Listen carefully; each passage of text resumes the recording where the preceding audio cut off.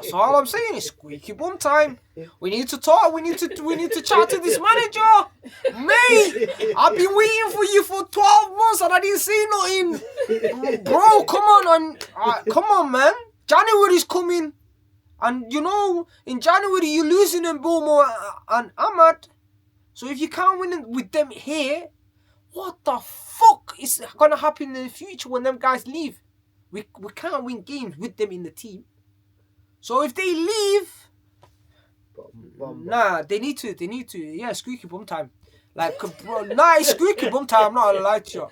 All right, guys, welcome to the very first episode of United Talks with Abs.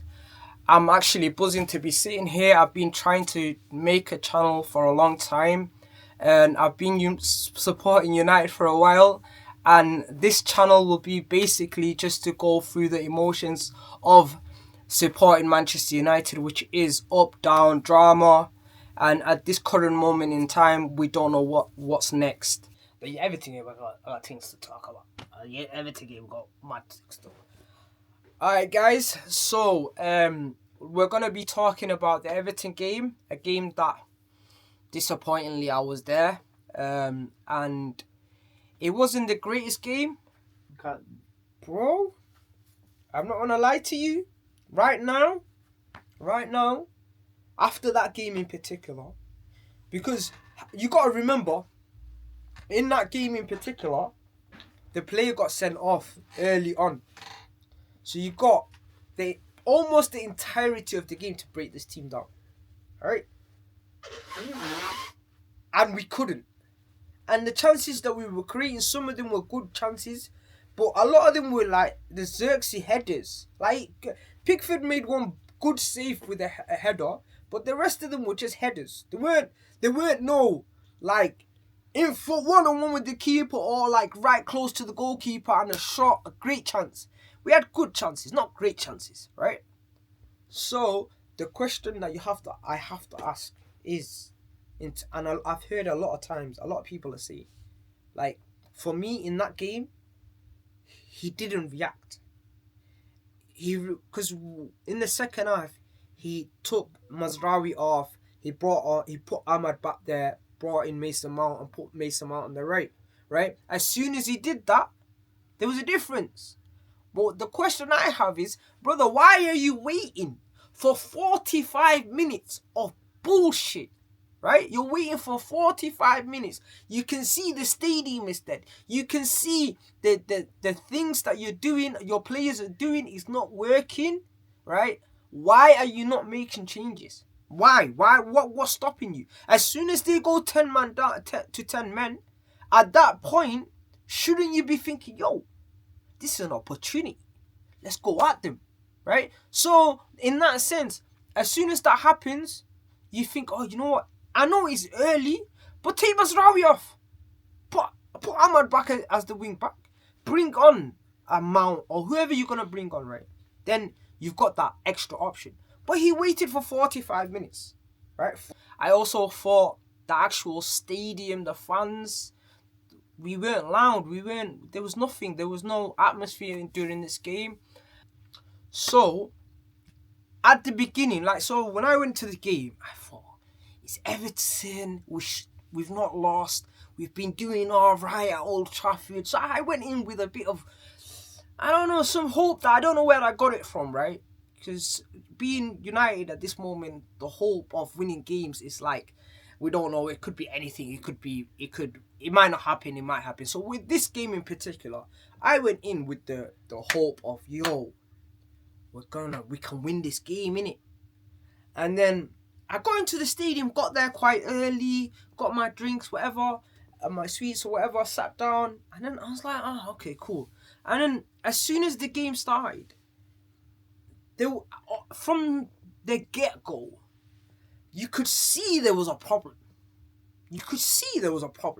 Because I'm not even getting to the red card. But at the beginning, I just felt like the players looked like, like they've been partying all last night and a bit lethargic. They didn't look like they were up for it. So I thought, this is not looking good, right? So then the game kicked off. And then I think it was 13 minutes in. I actually missed it when the player got sent off. I turned around and someone said to me, he slapped his own player. I'm thinking, fantastic. He's gonna and helped us. He's like, bro, I was hoping like 11 men, 10 men. This has to be a result, right? We have to 10 men at Old Trafford with almost the entirety of the game left, right? We have to get a result, right? So their player gets sent off. And then we got the ball, and the reaction of our players, it wasn't like, oh, they got a red card, let's go at them. It was like, oh, let's still pass it around. And obviously, Everton are the team that are 10 men, right? Yeah. So you know exactly. You don't need to be a rocket scientist to understand what they're gonna do. They're gonna park the bus, and if they get a chance to get a free kick corner or go up the field, if they get a chance, they'll take it, right? So the emphasis is on you, us, Man United, the home team, to go and get this result. And then what happened was, we didn't do that. We weren't passing the ball quickly. Casemiro kept on giving the ball away. Xerxes couldn't hold the ball up. Like, everything we were doing, it was like we were going nowhere. It was like we were just going around in circles, right? And then Everton get the ball. Dewsbury Hall on my side, so I'm sitting in the north stand. He's like to the right of me, so I can see him perfectly. Before he even shoots this goal, before he shoots the shot on goal, I kind of knew it was in. Because this brother got the ball, and there's like 3 players in front of him. They're all watching him turn.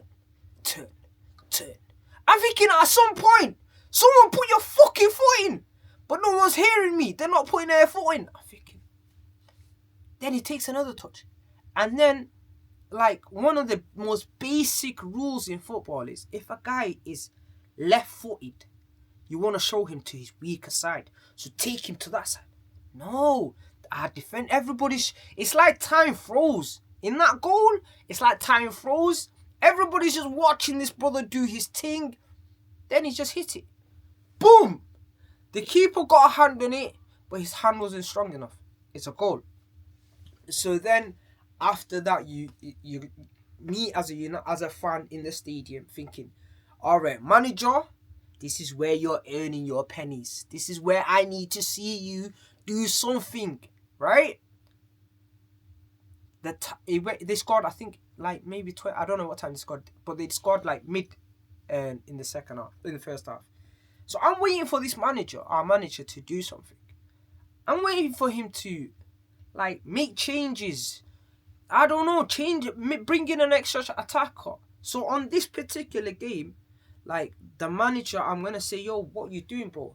Because, like, the first half was shocking. The first half, even Bruno Fernandes, Casemiro, our wing backs were non-existent.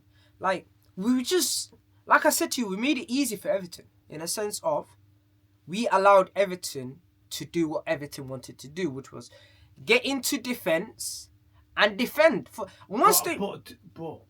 be fair, we had 75% possession of the ball. Bro, how many shots did we have, bro? Listen, we had more than 20 shots. No. Look, a lot of people, when they see possession, they feel like they saw a team in control, right?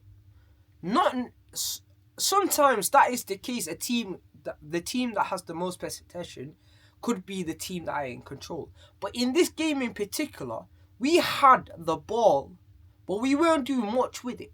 The first half, I can't even remember us creating many chances in the first half. And the thing that was frustrating, and I think it made the stadium, the whole atmosphere fucking shit, was because set times, every time we got the ball and we were getting ready to attack, so maybe Everton have kind of pushed out and then we're going to attack them, we were just dilly-dallying, Casemiro doing balls to ghosts, that people that are not even there. Bruno Fernandes being but be fair though. Yeah. How many worldies did Pickford pull off? No, that's the second half. Second half, he made a save from. I'll give you his worldies. He saved one from Bruno Fernandes top bin, right? I think he was a decent save, but he made it look nice. Because I was there thinking, yo, even though it's not my goalkeeper, I was thinking, yo, that's a good save and that, right? So, in that sense, and then there was a header from Xerxes. I think we had a chance with, right at the end, we had a chance with Delit, where he fell over. Another Xerxes header, I think it was.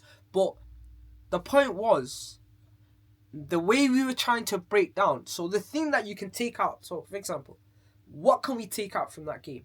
The thing we can take out from that game is, do not start Xerxes. Not even don't start Xerxes. I'll get back onto Xerxes in a minute. He needs to lose weight or something, bro. That bro can't run. But anyway, listen. So one of the things that you take from it is the way that we currently play. If teams sit in on us, we don't have that creativity. Because what's happened with it, that creativity, as long as I can remember, and many people that are watching can remember, our creativity is Bruno Fernandes. Bruno Fernandes has been taken out of his attacking position, which was the 10, and then put into an 8. So now he's not as productive as he was before, right? And then also the tempo in football, bro. Like yesterday's game, there was no tempo. You're telling me we had how many possession? 75%. We had 75%, but most of it was going hit to the left, to the right, back to the defense, back to the right, cross.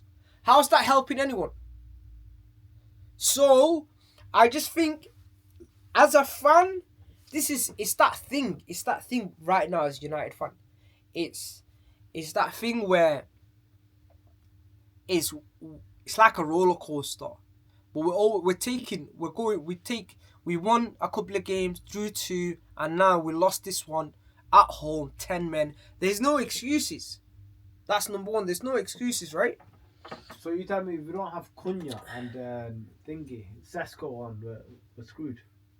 45 minutes he made no changes. Second half he took out Mazraoui, he brought on Mason Mount, and you could see a difference.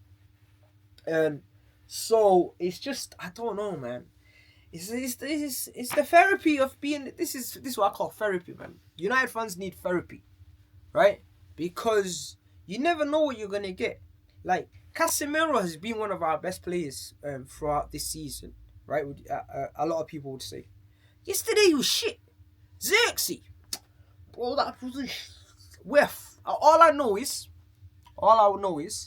when Brian and Bilmo and Ahmad leave and Mazraoui leave, if we don't buy anyone in January, right? If we don't make any signings in January, all I know is forget about top 4, forget about top 5, forget about top 6, right? Because it's just not gonna happen. And I don't know, man. It's really hard, man. It's really hard being a United fan right now. And the next thing I really want to talk about is this manager. Is this manager the guy that's gonna bring us back to the glory days, or is this guy a gimmick? Is he a guy that because his record stinks? I read somewhere the other day he's only won 12 Premier League games in 12 months. In 12 months, no? Yeah. Okay, so he's won 12 games in almost a year. Any other manager gets sacked. Me personally,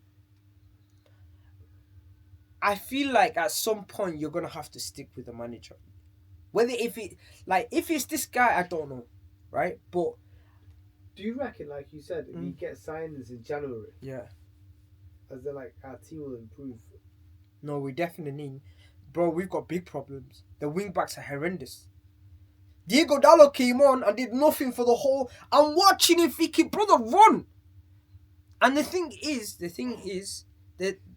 is, like, when we talk about this, a lot of people talk about this guy's system.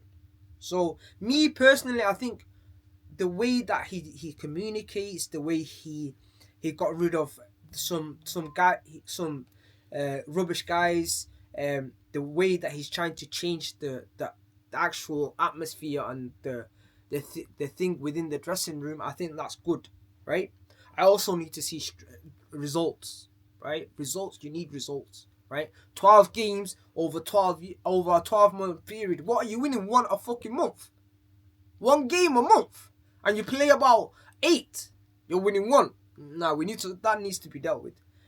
But I think his current team, he doesn't have I can't say he doesn't have the components, because we look at other managers. We look at Dyche that went in at Nottingham Forest, who were all over the place, and now they can't lose, right? You look at Emery, even though they started slow, they picked up results.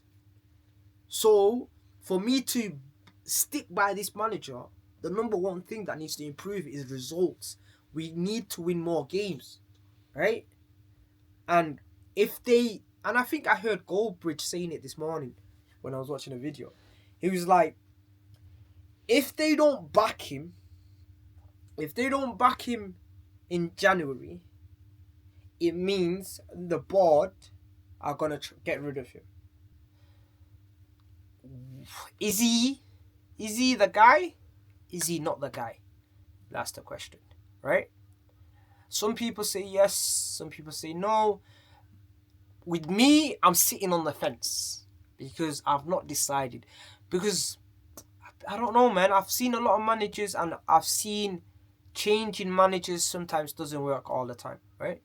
And then I also look at teams like Arsenal, for example. I don't really want to say that, but teams like Arsenal is a good example, because Arsenal stuck with their manager, right? They stuck with him. He got rid of all the dead wood. He changed everything. He brought in better players. He worked out a system, and then they just went on from there, right? Well, how long has he been? So he's been there 5 years. No, hear me out. He's been there 5. No, but he won the FA Cup. But he's been there. And guys, I'm not an Arsenal fan, and some people might think. But Ten Hag's won the FA Cup. Nah, bro, I don't want to hear that guy's name again, bro. I don't. But I've got a message for Liverpool fans, though. You might have a Ten Hag on your hands by Slot. He might be. He's moving a little bit like Ten Hag right now. Because Ten Hag did alright in his first season. Second season, they bought him some players and he just shit the bed. Right? So Liverpool fans, you heard it from me. And I'm telling you from experience, I'm getting vibes of Ten Hag when it comes to Arne Slot. Right? Okay, let's go back to our manager, right? So I think for me, I'm on the fence. I need him to get results. That's number one. The result situation definitely needs to change, right? But if I don't know, you definitely What does he need to do? He needs to get results. Yeah, but how? He needs to, however, right? Like, I know he's not. The one thing that I liked about him is he stuck to his guns, because we've had managers that come to this United, come to us before, Ten Hag, and Solskjaer, whoever, that all had an idea, a philosophy, right? Then they came to United, and then they let the players go play in with their information, right? They said, yo, listen, this is what I want you to do, go do it. And then they realized, no, these guys, no. Ten Hag did it for 2 games when he first came. Forget this. Press! These brothers can't even run. What am I going to press with? Forget that. He got rid of it, right? Radnick did the same thing. He came in with the gegenpress. When I thought, this guy's got the gegenpress. He did it for 45 minutes. After 45 minutes, the whole team was tanked. They were all like breathing out of their asses, right? So with this guy, with Ruben, I like the fact that he's got an idea and he's stubborn with it, right? And maybe he doesn't have the players to help him get more results. But the question that I have for him is, you can have your idea, you can have your philosophy, right? But as a game changes, move with the thing, right? So once the like the Everton game, once they've gone down to 10 men, brother, tweak the thing in it, like make it different, make attacking different, like do different patterns or something. So in that sense, I think if he doesn't start getting results and he doesn't find a way to get more creativity into the team, and then the question comes about January. So in January, I heard Goldbridge say that if he doesn't get helped in January, he's out basically. And if he does get helped, he's here for a long haul. And that's like how Ineos are playing it. For me, bro, if we keep going like we're going and just winning a game, drawing, losing, at some point, like the patience is gonna run out, innit? Nah, they said as in like Alex Ferguson in his first season finished 13th in it. So Alex Ferguson finished. Yeah, Alex Ferguson, when he first came, Alex Ferguson was actually close to being sacked. There was a goal gets scored. I think it was Mark Robbins that scores a goal. If he doesn't score that goal, Alex Ferguson was going to get sacked. But this guy's not Alex Ferguson, man. Behave yourself. This guy is not Alex Ferguson. Alex Ferguson, the thing is, Alex Ferguson had the club by the throat. Right? He was in control of everything. If you breathe wrong, you're out. Right? But obviously now them times are over. The players are more emotional, so they need hugs and love and whatnot. So in terms of Ruben, I think, bro, we need to see something different, man. Like that Everton game, like like when he does good, I'm one of these people. Like a lot of people, they change lanes quickly. Like football fans in general change lanes, and 1 minute you'll hear them, they want him out. Next minute they want him in, right? Depending on the results, right? But for me, I think that Everton game, I'm being there and I thought, bro, you're not thinking on your feet. Like you're not being proactive. And the fact that he didn't make any changes, alright, maybe he didn't have that, like, our squad depth is very thin. So Crystal Palace is our next game. It's a 12 o'clock kickoff, which I think is a problem. Because for some unknown reason, I'll never figure out. If someone out there can figure it out, let me know. But we're always shit at, we're always shit at 12 o'clock kickoffs and 8 o'clock on Monday night kickoffs. And we've got a lot of them coming, by the way, right? So, Crystal Palace, right now, they are a problem. They are a big problem, bro. They're a big problem. Ask Liverpool about it. They're a big problem, bro. In the sense of, nah, they are, bro. Like people, bro, Liverpool right now, in their nightmare, when they get a nightmare, they see Ismaila Sarr. That's who they see. That's their nightmare. That guy, every time he sees them, he scores against them, right? So Crystal Palace, and this is Crystal Palace is actually another thing that goes against the manager, our manager, right? Because Crystal Palace play the same shit we do. But they don't concede goals and they score goals, right? And they've got, like, their play name for name. Some people say United got better names, no? So some people say United got better names. So why is it that Crystal Palace, who play pretty much the same formation in terms of a back three, wing backs, two strikers or three strikers, whatever, why does their thing get them results against all the big boys, right? They're like, I don't know where they are in the league, but they're high up. They're higher than us. So why can't this manager get that out of our team, right? So against Crystal Palace, it could be anything, bro. But the one thing that I want to see is a reaction. But don't you think so? Like, you know, the teams that don't pack the bus, like Yeah. Crystal Palace, they're going to be coming out, right? No, They're Crystal the teams Palace that are not will coming out. No, Crystal Palace won't come at us. Crystal Palace will let you have the ball. Alright? They'll let you have the ball, and then as soon as you come forward and they nick it off you, their wing backs are bombing forward. Their strikers bombing forward. Right? And then they've got a lot of... They've got like Munoz, the wing back. They've got Wharton. They've got Mateta, Sarr. So they've got some good players. But I just think like it'll be a test for him because he's going to play against a similar formation against Crystal Palace. And historically, going to Selhurst Park, it's not easy. It's not easy for us.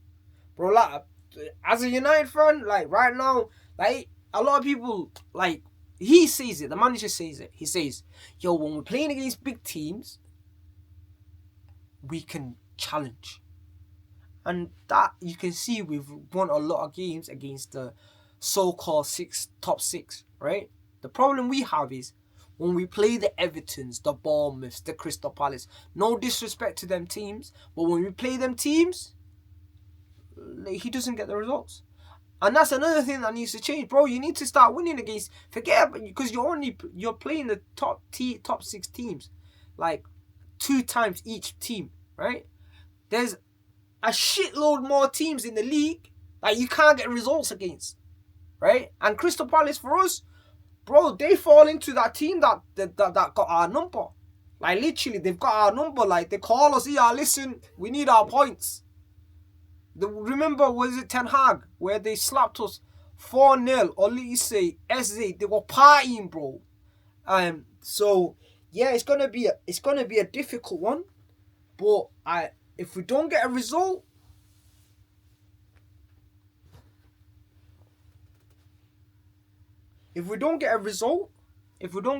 against Everton, against Crystal Palace, it's squeaky bum time, bro. That's all I'm saying. It's squeaky bum time. We need to talk. We need to chat to this manager, mate. I've been waiting for you for 12 months and I didn't say nothing, bro. Come on, man. January's coming, and you know in January you're losing in Bournemouth and Ahmad. So if you can't win with them here, what the fuck is gonna happen in the future when them guys leave? We can't win games with them in the team. So if they leave, they need to, yeah, squeaky bum time. Like, bro, it's squeaky bum time, I'm not gonna lie to you. It's squeaky bum time because, like, I can say, we should be calm, we should be patient, give the manager time, whatever. But he's had time now, right? So I need to start he's planted the seed. I need shit to grow. This shit ain't not growing now. We give it water. We've given it everything, bro. We've given it. It blossomed bro. It blossomed like for 3 games. 3 games, it got us all hyped. United fans see, yo, we're back. Fucking hell, mate. And then we drew the last 2 games. So yeah. All right, guys. Like, subscribe, follow. Tell your friends, your family, even your next door neighbour. And if you're a United fan, you're welcome. Welcome to, I think this is going to be therapy for us, right? So I'll see you next week. Hopefully after a win at Crystal Palace. Yeah, at Crystal Palace.